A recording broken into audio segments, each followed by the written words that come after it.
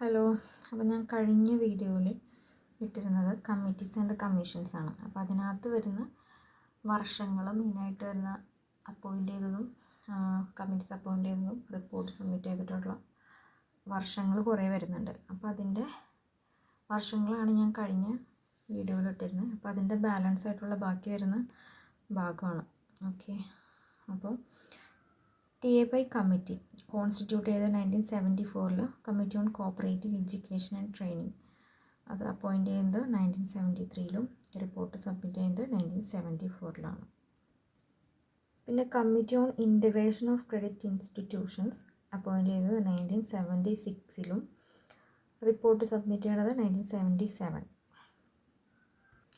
പിന്നെ ക്രാഫിക്കാർഡാണ് committee to review arrangements for institutional credit for agricultural and rural development. അത് appoint ചെയ്ത് 1979 March 30. പിന്നെ റിപ്പോർട്ട് സബ്മിറ്റ് ചെയ്യുന്നത് 19th ജനുവരി 1981. പിന്നെ വരുന്നത് അർദ്ധനാരീശ്വരൻ കമ്മിറ്റിയാണ്. 1985-1987.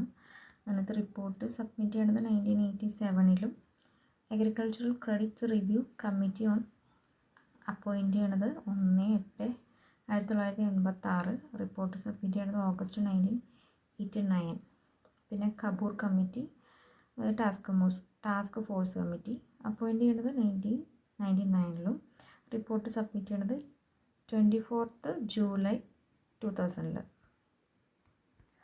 പിന്നെ വരുന്നത് high powered committee on cooperatives ആണ്. ശിവാജി റാവു പട്ടേൽ കമ്മിറ്റി എന്നും അതിന് പറയും. അത് അപ്പോയിൻ്റ് ചെയ്തത് 2004. പിന്നെ വരുന്ന task force for revival of cooperative credit structure appoint ചെയ്യണത് 2004.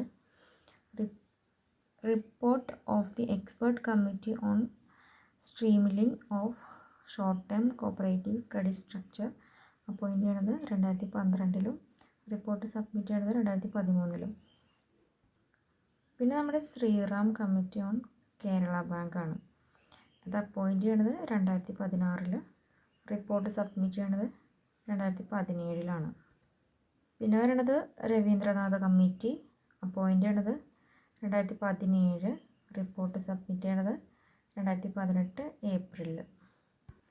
ഓക്കെ. അപ്പോൾ ഈ വീഡിയോ ഇത്രയേ ഉള്ളൂ.